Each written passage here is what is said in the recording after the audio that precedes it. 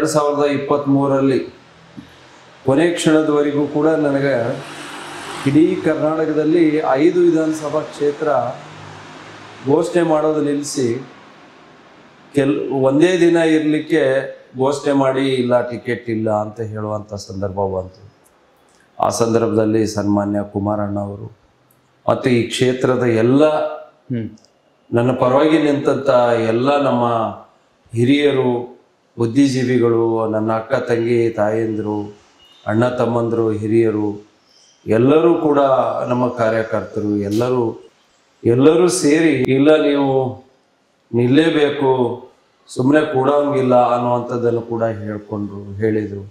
ಅವರೆಲ್ಲ ನಮಗೆ ತುಂಬ ಬೆಂಬಲಕ್ಕೆ ನಿಂತು ಸಹಕಾರವನ್ನು ಕೊಟ್ಟರು.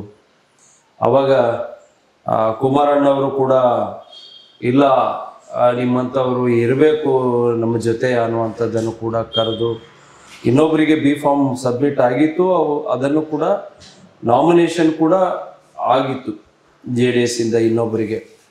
ಆದರೂ ಫಾರ್ಮ್ ಸಿ ಕೊಟ್ಟು ನಮ್ಮನ್ನು ಮತ್ತೆ ಜಾತ್ಯತೀತ ಜನತಾದಳ ಪಕ್ಷದಿಂದ ನನಗೆ ಟಿಕೆಟನ್ನು ಕೊಟ್ಟು ಅವರು ಕೂಡ ನನ್ನ ಬೆನ್ನಿಗೆ ಕುಮಾರಣ್ಣವರು ನಿಂತರು.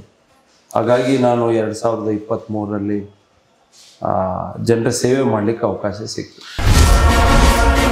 ಕನೆಕ್ಟ್ ಕರ್ನಾಟಕ ಇದು ನಿಮ್ಮ ನೆಟ್ವರ್ಕ್.